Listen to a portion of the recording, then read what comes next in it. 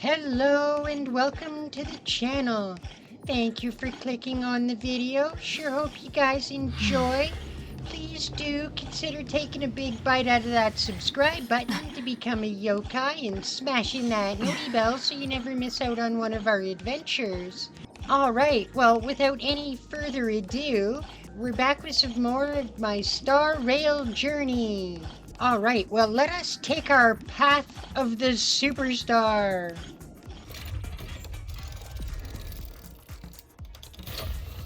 The path of the superstar.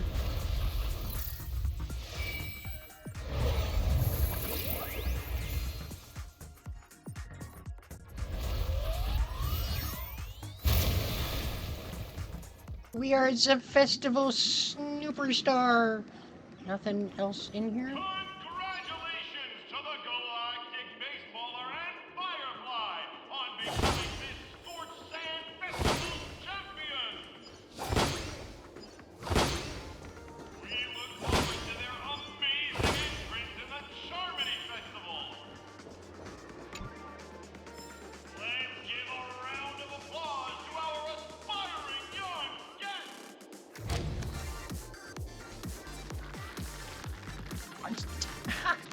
Oh shit. Oh, the applause for the dude. That's just great. That's hilarious.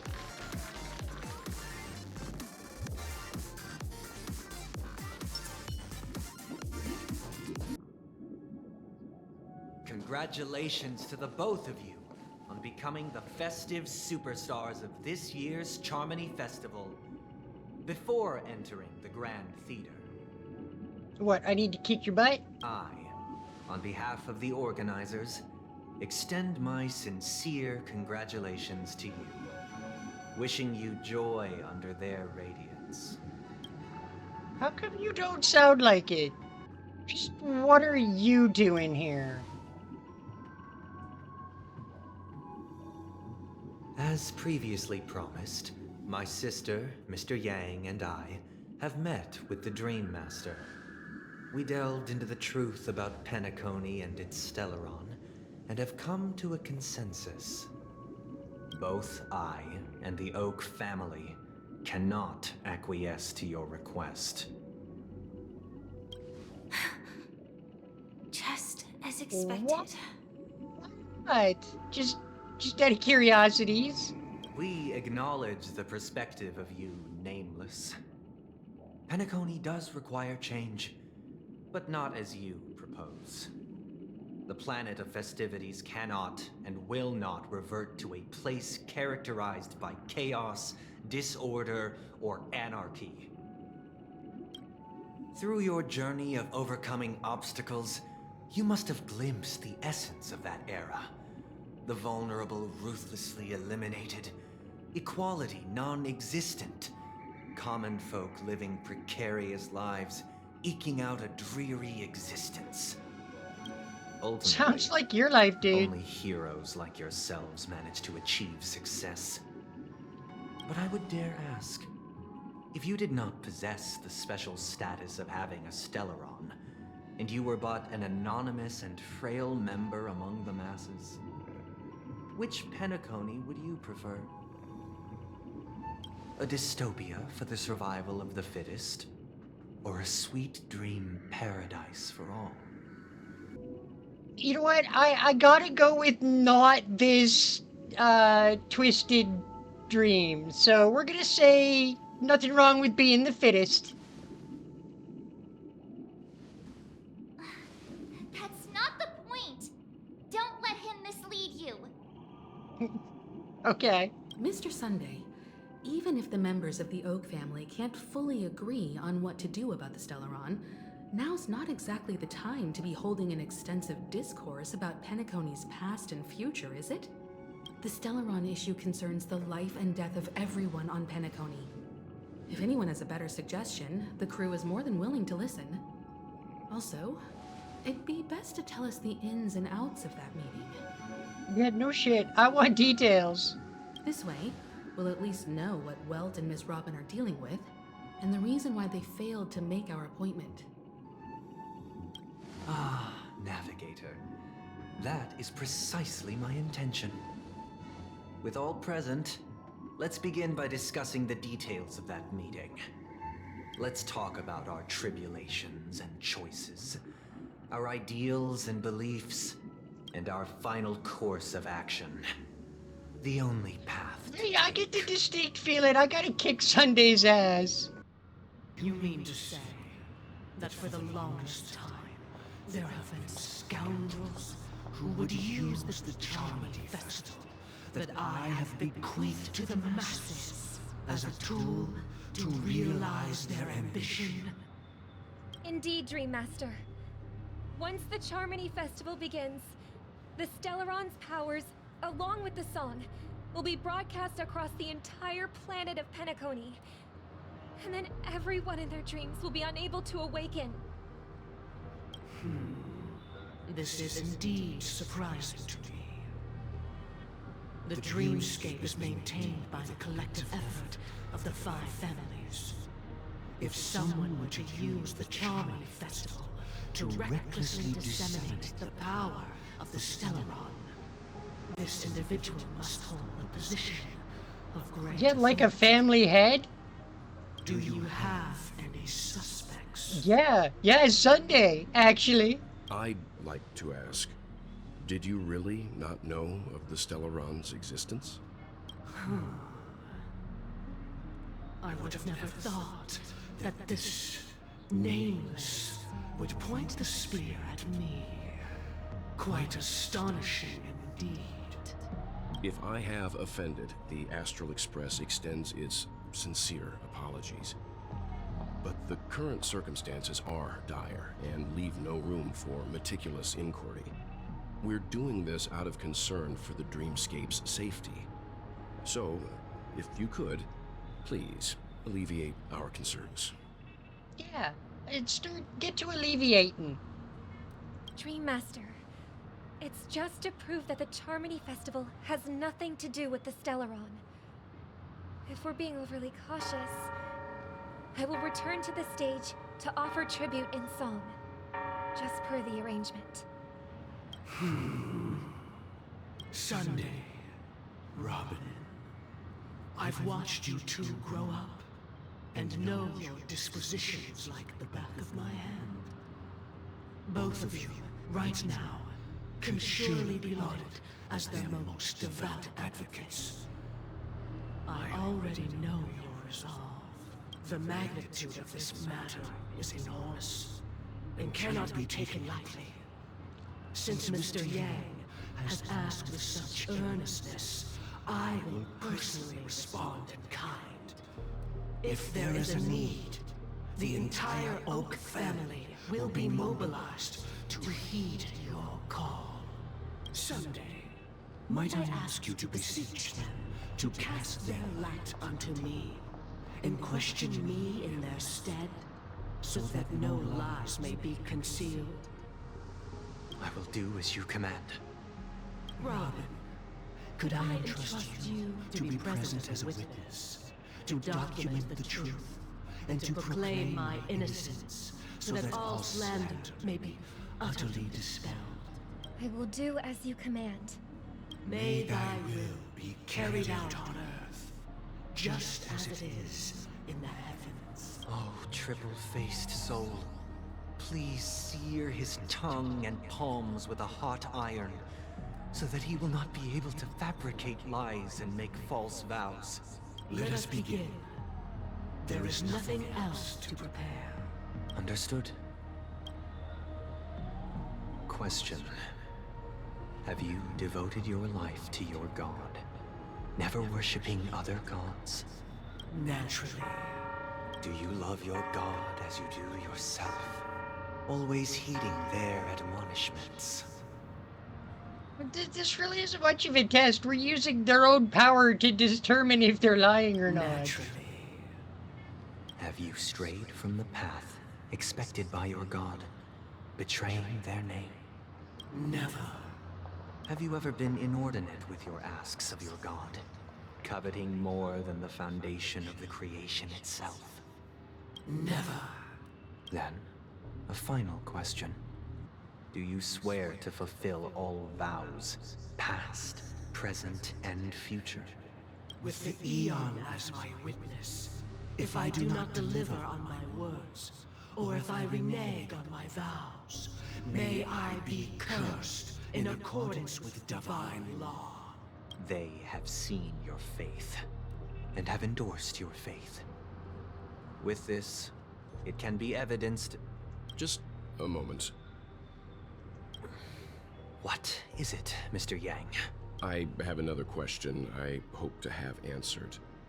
To my understanding, the family's harmony and prosperity have never relied on so-called divine laws. The god you both mentioned, are they truly Shipe?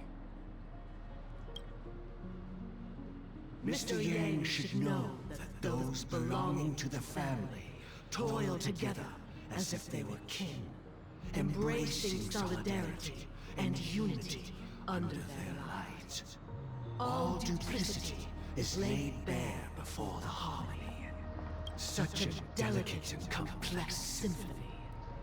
Which other god could perfectly harmonize this, if not for the great one, Shipe? Perfectly harmonize it. Therein lies the problem.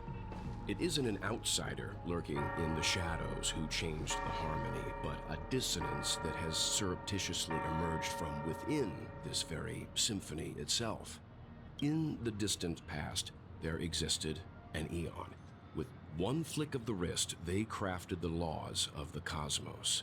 Their followers formed the Beyond the Sky Choir, spreading solemn and reverent hymns throughout the universe.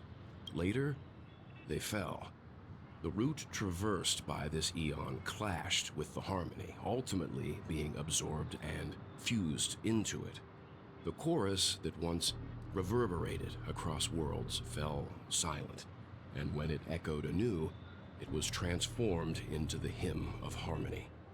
Though an Eon may perish, paths with no masters still linger. In the all-forgiving harmony, echoes of bygone dissonance may subtly arise. Mr. Yang, being overly astute can be a detriment. Especially I when think you he find hit a yourself nerve. alone and without allies. So this is how it is. For the sake of our grand cause someday, please afford these two an opportunity to rest. What?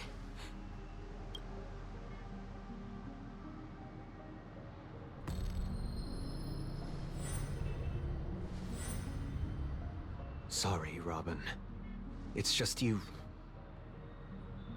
I did not wish for you to know this. It's a pity that things It's have been turned out Sunday this way. all along.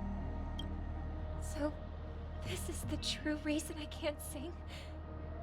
The shadow that envelops Penacony is actually... We were never children of the harmony. Our ideal paradise could not have been crafted by Shipe. True bliss can only be guaranteed by the one who transcends the many. Within the foundation of law, humanity establishes civilization, and through harmony, we obtain order. Unbelievable. To think that there would be remnants of the Order on Penacony. Oh, damn it! We've been What have you duped. done with Mr. Yang and Miss Robin? Don't worry. I just gave them some time alone to ponder their fates. I'm gonna kick your teeth in. You should know that these actions make you an enemy of the Astral Express. Should we need to stand against the Nameless, it would only be myself and the Oak family involved. But we haven't reached that point yet, have we? Your efforts for the justice of Penacony are evident to everyone, and have been widely observed. Stop beating around the bush and get to the damn point, sir. Patience is a virtue. Not today, it's However, not. I won't hold it against you. On the contrary, I'm here to make my intentions clear. If it is the Order that drove you to imprison Welt and Robin, and you're using them to coerce our compliance, then there'll be no point in entertaining any type of discussion. You're mistaken, Miss Himiko. They are in very safe hands, and just as the family has always proclaimed, no one can be harmed in the dreamscape, least of all in the beautiful new world belonging to the Order.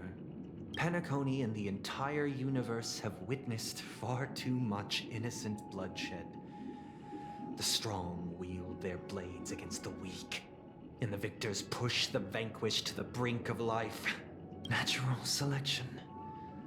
The world abides by this principle, establishing the well-being of humanity atop the corpses of the downtrodden.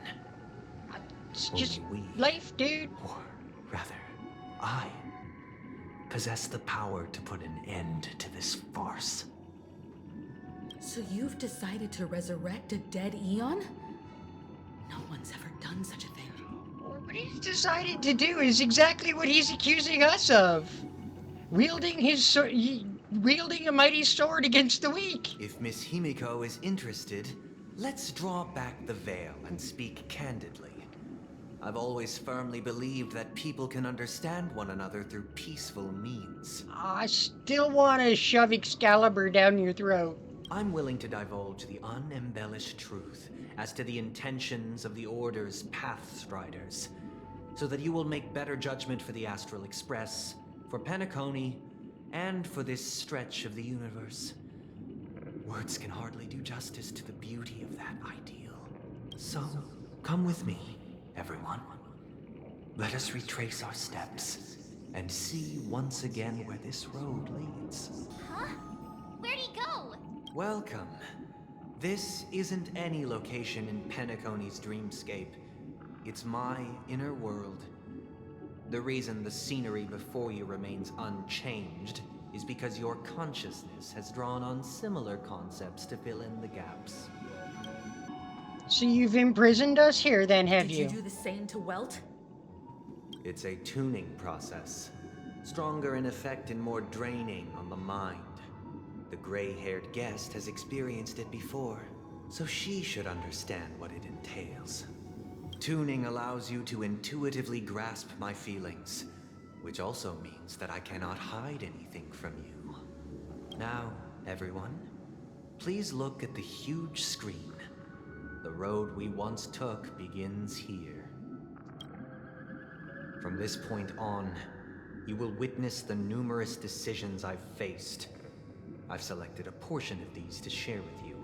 I believe after going through similar predicaments, you'll be able to better understand my thoughts. Honestly, I'm not interested in your thoughts. Let's begin. The first decision.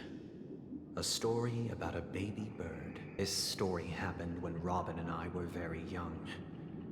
Wow. We were victims of the Stellaron disaster. We gotta recap all of Fellows Penacony Mr. now? Gopher Wood, who would Or later are we become the recapping your Dream Master entire of damn Penacony. life? Because I'm not Saw interested. that we siblings had no one Nor to is turn I don't to think and anybody took us else in. is either. Later on, Robin and I lived a time with nary a care in the world. One day, after dinner, while my younger sister and I were lounging about in Mr. Gopher Wood's yard, we spotted a fledgling Charmony dove all on its own. That baby bird was tiny. It didn't even have all of its feathers, and it couldn't sing. When we found it, it was already on its last breath, having fallen into a shrub, probably abandoned by its parents. We decided to build a nest for it right there and then. However, thinking back, that winter was unusually cold, with fierce winds at night in the yard, not to mention the many poisonous bugs and wild beasts in the vicinity. It was clear that if we left the fledgling in the yard, it stood no chance of surviving until spring. So, I suggested we take it inside, place it on the shelf by the window, and asked the adults to fashion a cage for it. We decided that when it regained its strength enough to spread its wings, we would release it back into the wild. The tragic part. something that we'd never considered, was that this bird's fate had already been determined long before this moment. Its destiny was determined by our momentary win. I pass the power of choice to you all. Faced with this situation, what choice would you make? Stick to the original plan and build a nest with soft net where the Charmony dove fell. Or build a cage for it and feed it, giving it the utmost care from within the warmth of a home. I eagerly await your answer. Easy answer.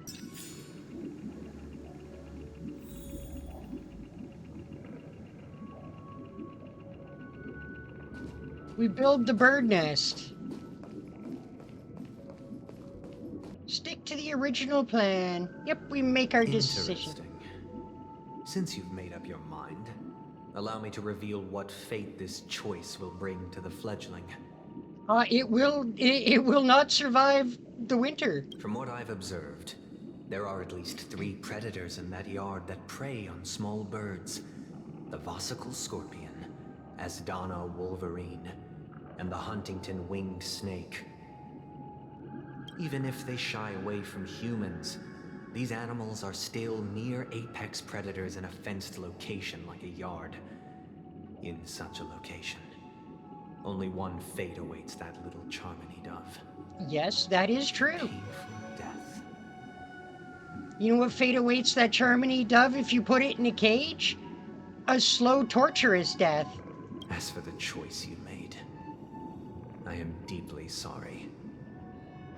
Now, let us advance to the second decision. This time, it's the story of a dream chaser. Story happened when I was appointed as Bronze Melodia, a position exclusive to the Oak family, charged with listening to the problems and vexations of Dreamscape residents, and providing them with the relevant guidance. It was during that period that I had the opportunity to hear voices from all corners of the Dreamscape. Joy, sorrow, arrogance, regret. The complex tapestry of human nature that formed the world. And I was fortunate to catch a glimpse of it. I would agree. You were fortunate to catch a glimpse. Dream chaser. And an illegal stowaway.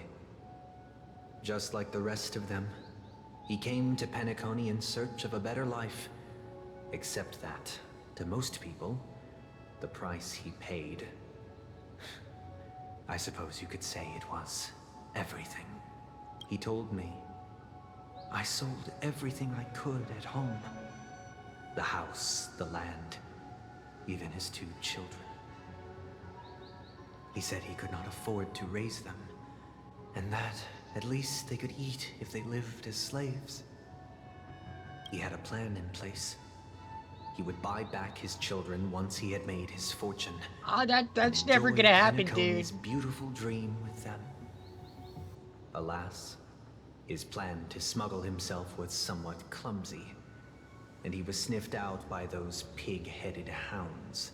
After hearing the Dream Chaser's story, I immediately appealed to the Bloodhound family to cease their pursuit.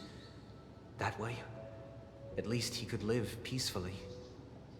But I was still too naive to the ways of the world.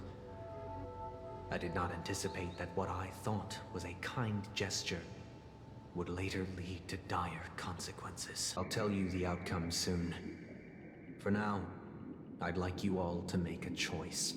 Will you do as I did, and try to convince the Bloodhound family to stop their pursuit, so that the Dream Chaser may live peacefully and realize his wishes? Or will you remain silent, leaving him to languish while the hounds are hot on his heels, until his inevitable judgment arrives? Oh, that is a tough I look one. forward to everyone's decisions. Who knows? Perhaps they might even alter the outcome of this tragedy.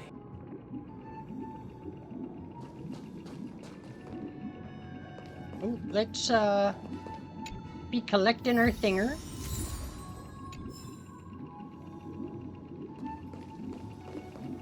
Let's have a little chat with Firefly. This question. Surely it has some connection to the baby bird story.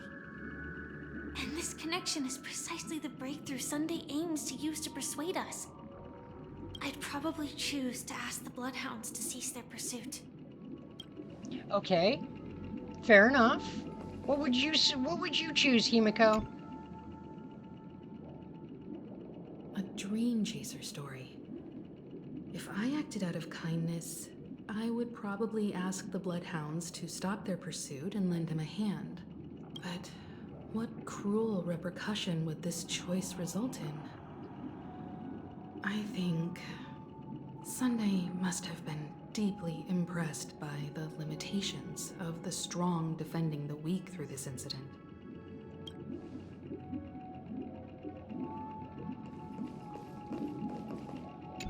What do you think, March? It seems illegal stowaways are really quite common on Penacony. But that guy in the story, I don't think he deserves any sympathy at all. He sold his kids to chase a dream. Even if he intended to go back for them, it's still insanely irresponsible. I have to agree. I mean, as a parent, holy crap, dude. No mercy. That thought, there's only one choice. Let the Bloodhounds send him back home. This person deserves to be He did punished. willingly choose to sell his own kids into slavery to go chase his dream. I kind of have to go with March on this one.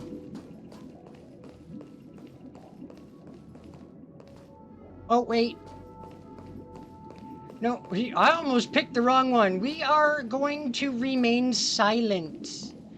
Because, I'm sorry, he sold his kids into slavery. No mercy for this bastard.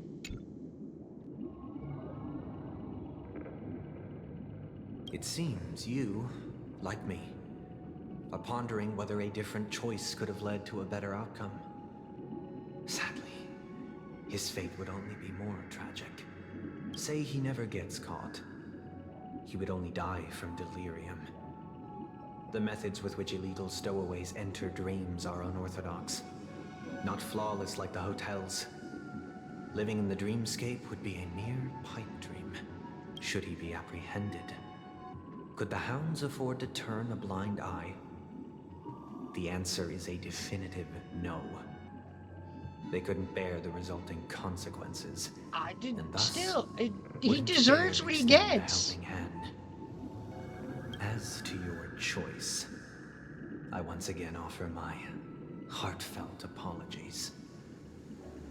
Next comes the third and final decision, and the story this time is my own.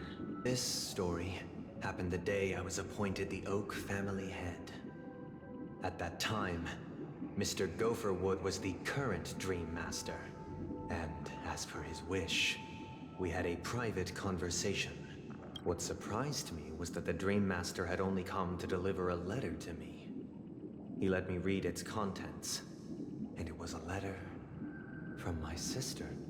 The letter contained the usual pleasantries, anecdotes from her travels, nothing out of the ordinary. Just as I started wondering how this letter related to our discussion, the Dream Master began to speak. Do you know who wrote this letter? My sister, of course. But why would you personally visit me to hand me a letter from my sister containing mere trivialities? To help you grasp the full scope of this issue. Do you know where Robin is at this moment? From what the letter indicates, she must be in Caspelina 8, correct? She's touring there right now. Correct. Has she mentioned anything about a stray bullet? A stray bullet? What? What's a stray bullet have to do with anything? War has broken out on that planet. It is because of this very reason that Robin chose this destination. To spread the word of the Harmony. And to save the lives of that planet. She personally made for the front lines. She hoped to ease the people's suffering with song, and was willing to brave mortal danger to deliver the IPC's medical supplies. Unfortunately, stray bullets show no such compassion. Is she all right? If the operation was successful, she should probably be recovering in the field hospital. By the eon above, the bullet struck her neck directly, yet possibly as a reward for her consistent deeds of harmony, it didn't hit any vital arteries. Holy damn, Once she you got attended so to lucky. outstanding tasks, it'd be advisable to write her back as soon as possible. Those damned savages! I'll pack my bags right away.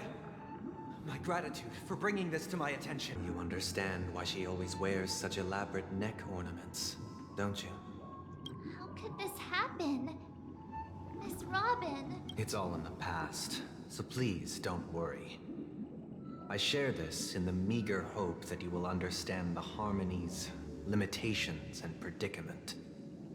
As grandiose as the strong defending the weak sounds, many times, it is nothing more than wishful thinking. Yeah, most Likewise. times, actually. I've prepared one last question, one last choice. But rest assured, this choice will not have any grave consequences, because this is merely a figment of imagination, a nightmare that has haunted me through countless nights. If you ever had the opportunity to make a choice like I did, would you still support Robin's journey on the path of... Support her or stop her? Oh boy. I often feel like I've dreamt of similar scenes on certain nights. In the dream, I see blurry faces. I don't know who they are, but I sympathize with all of them. Fighting for survival against some unfathomable force. Their confusion and fear are lucid to me. But I also remember they chose never to give up. Just like Miss Robin. If Mr. Sunday's question leaves you puzzled, you should find the answer from your own experiences. With each trailblaze, dangers and tribulations will surely follow. But would you ever back away? Would you stop March and Don Hung from reaching their next destination? I believe you have an answer of your own. I in your mean, heart. honestly, could I no. That's one of those. I'd leave the Astral Express before denying them their adventure. Miss Robin's courage is admirable. And here I was thinking she was just another superstar celebrity. But the fact that she's also Mr. Sunday's younger sister? No, I doubt he'd wish harm on his own flesh and blood, no matter how grand the ambition. Still,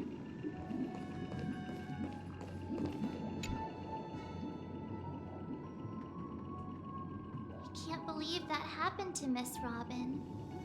The strong defending the weak is a great mantra, but if I had to pay such a price, I don't know what I'd do. we are going to support Robin to go on her journey.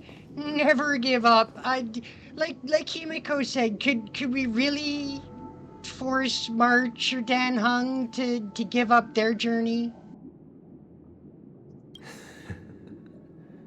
I see.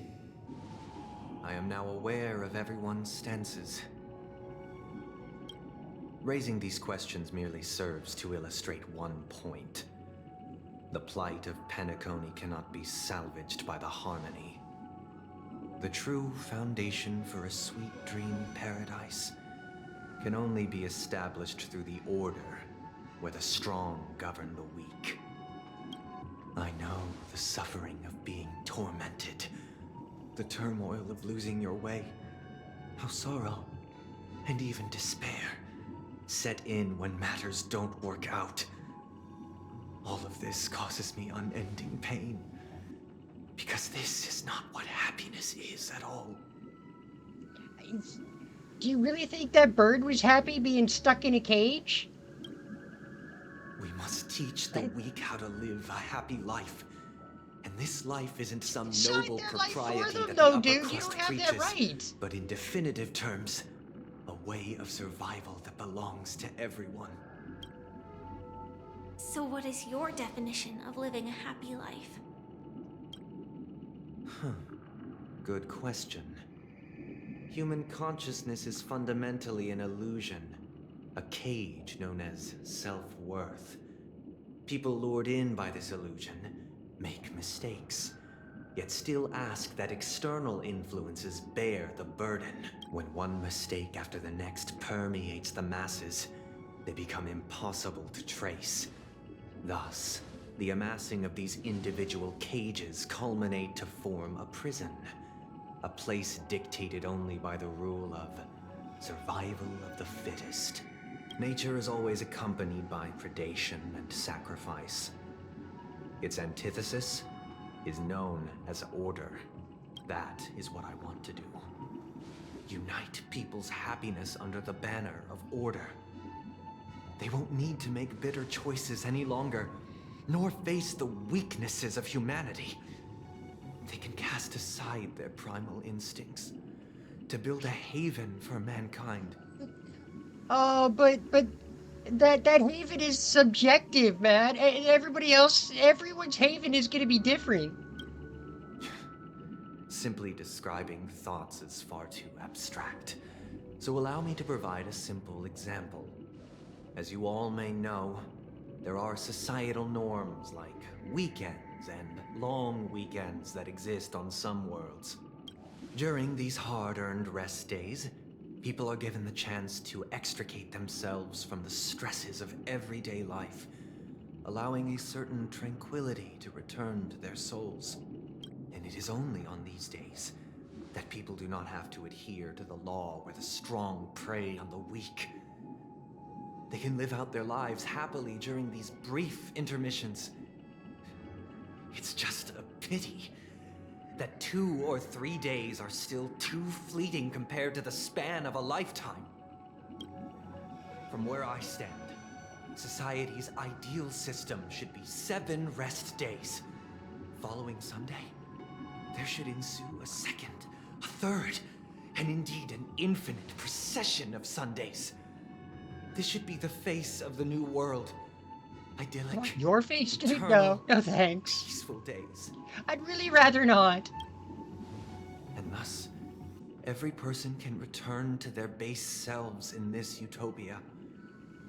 Some gaze in reverence at the stars, pouring their whole beings into calculating the distance between us and the isolated world of Pagana. Meanwhile, some seek refuge in quiet corners, holding one another, unencumbered by the chains of unwelcome obligations. There would be no need to bear the hardships of reality. Only in this way can humanity face the inevitable end with the purest of spirit, living a life of dignity.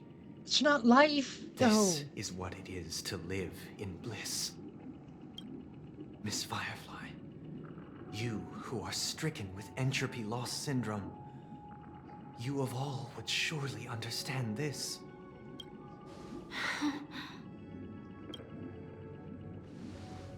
It sounds like a flawless theory. But what is the price to attain all this? The cost is minute, merely a personal and eternal sacrifice. If this paradise is to be maintained for everyone, someone must remain trapped in solitary awakening until the end of the cosmos. Awakening. Which means that this so-called paradise is still a dream. Stepping into this paradise means forsaking reality, correct? It does indeed. It is not forsaking, but transcending. Flesh, blood, sorrow, weakness. If the physical is the root of spiritual suffering, it is only logical that we defeat it. But in this supposed bliss, people won't have defeated their demons. The chance to overcome their tribulations would be forever lost to them. In other words, it is an escape. That's another way of understanding it. But there is no shame in escape. On the contrary, the seeds of escape exist in everyone's hearts. Don't you agree, Miss Firefly? And as for why life slumbers, it is because we are afraid to awaken from our dreams. But this is not in conflict with the grand plan. Only in acknowledging this can we truly understand the frailty of human nature, and from there, show compassion and protection.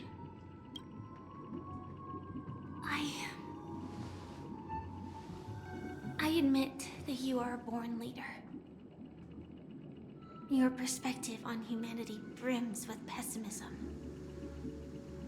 Yet you express compassion for all, even when your heart pities them. But unlike you, I live for the self. From my perspective, individuals making choices for themselves is their birthright. Absolutely. You're damn right, Firefly. The want to escape may be innate in the weak. But whether they are weak or not, it is not up to another to decide. Perhaps in your mind, you also view me as weak? Because I don't think so. Since Miss Firefly has said her piece, the Astral Express will also naturally give you our answer. We'll leave it to you. Just as Mr. McHale instructed before. Tell him our choice. What is this place? Oh my goodness. What the heck? Does this place ring any bells, Misha? I don't know, but I feel a sense of deja vu. It's the realm within a dream bubble. This was left to the Astral Express by a nameless, but weirdly, when we entered it, it was completely empty. Dr. Edward from the Dreamscape sales store told me that dreams are formed from memories, and a dream bubble can't take shape if its core is empty.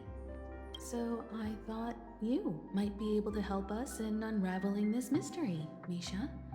As a hotel doorman, you know Penacony best among us. I don't know much about dream bubbles, but if you want to figure out what this mansion is, I'll do my best. I'm counting on you then. Himeko, I still don't get it. Why were you so sure that Misha had a connection with this dream bubble? I wasn't sure. It was just a hunch. Well, But apparently, since Misha Misha feels does have a familiar connection with to this our dream, place, our empty my dream bubble. hunch might be correct. This place feels a bit nostalgic. Exactly. This is where you and Firefly encountered death, which we now know as dormancy. Considering its connection to Dreamflux Reef, it's not surprising it appeared here. The question now is, who brought you here? Based on the clues we have so far, it's unlikely to be that masked fool. So identifying them is crucial to us. We're drawing closer to the truth once more. Let's give Misha some time, as I believe he'll unveil the secret of this dream bubble. All right, but there are doors all over the place. Which one should we choose? Do you have any idea, Misha? I guess maybe this way? All right, well, I think we'll call it there for today. Thank you for joining me in today's adventure. Please do consider leaving a like, comment, and shares. It all does greatly help the channel to grow. All right, guys. Well, we'll catch you in the next one. Bye for now.